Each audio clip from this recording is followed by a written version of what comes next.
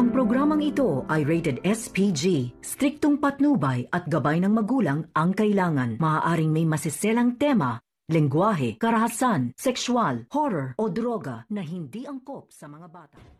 Narito ang hindi nyo dapat papalampasin sa aabangan sa ating paboritong palabas sa IPJ Batang Quiapo. Oo na nga ang desisyon ni Tinding, natatakas sila mula sa kulungan ng kabayo at nagtagumpay naman silang nakalabas mula sa kulungan ng kabayo kasama si Noy. Ngunit sa kasamaang palad, nahuli pa rin sila sa mga tauhan ni Senyora Bettina.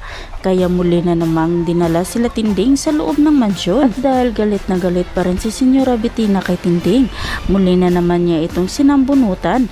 Siyempre, hindi naman nagpatinag si Tinding at lumalaban ito. Ngunit bigla na lang natigil sila Tinding at Senyora Bettina dahil dumating na nga si Senyor Pakundo. Kaya naman malalaman na ni Senyor Pakundo ang lahat sa ginawa ni Senyora Bettina kay Tinding. At dito na nga malalaman ang buong katotohanan ni Senyor Pakundo na nagsiselos pala si Senyora Bettina kay Tinding. Sa kabilang banda, ligtas naman na nakatakas sila Tanggol at Busdibina mula sa bibilisana ng Star of Venus. Kaya naman patuloy pa rin ang pagtatrabaho nila Tanggol ng pagbibinta ng mga Peak Gold Bar. Kasama nga dito ang mga tauhan sa gubat na sila Apo Manuel. Ngunit nabuboring na si Tanggol dahil walang bumibili sa kanilang Peak Gold Bar. Kaya naman nagpanggap si Tanggol na isang customer at pumili kunwari ng gold. At niyaya pa ni Tanggol ang dalawang dayuhan upang bumili ng kanilang gold. Habang si Senyor Pakundo naman ay nalalaman na niya ang totoo kung sino nga ang pumaslang sa kanyang apo na si Pablo. Dahil nakakuha nga sila ng CCTV sa isang kasino at walang huling pumasok kundi si Tanggol.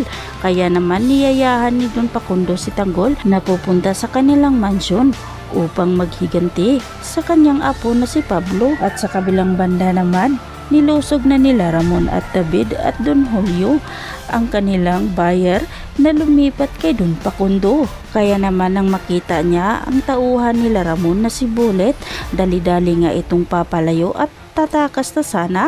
Ngunit pinalibutan na nga nila ni Ramon ang isang lugar. Kaya naman nakipagbakbaka na nga sila Ramon at unti-unti na ngang nalalagas ang kabilang grupo. At sa di inaasahan, nabaril naman ni Marcelo si Don Julio at hindi pa rin mawawala kay Marcelo sa kanyang isipan na maghihiganti kay Don Julio. Kaya walang alinlangan si Marcelo na barilin itong si Don Julio.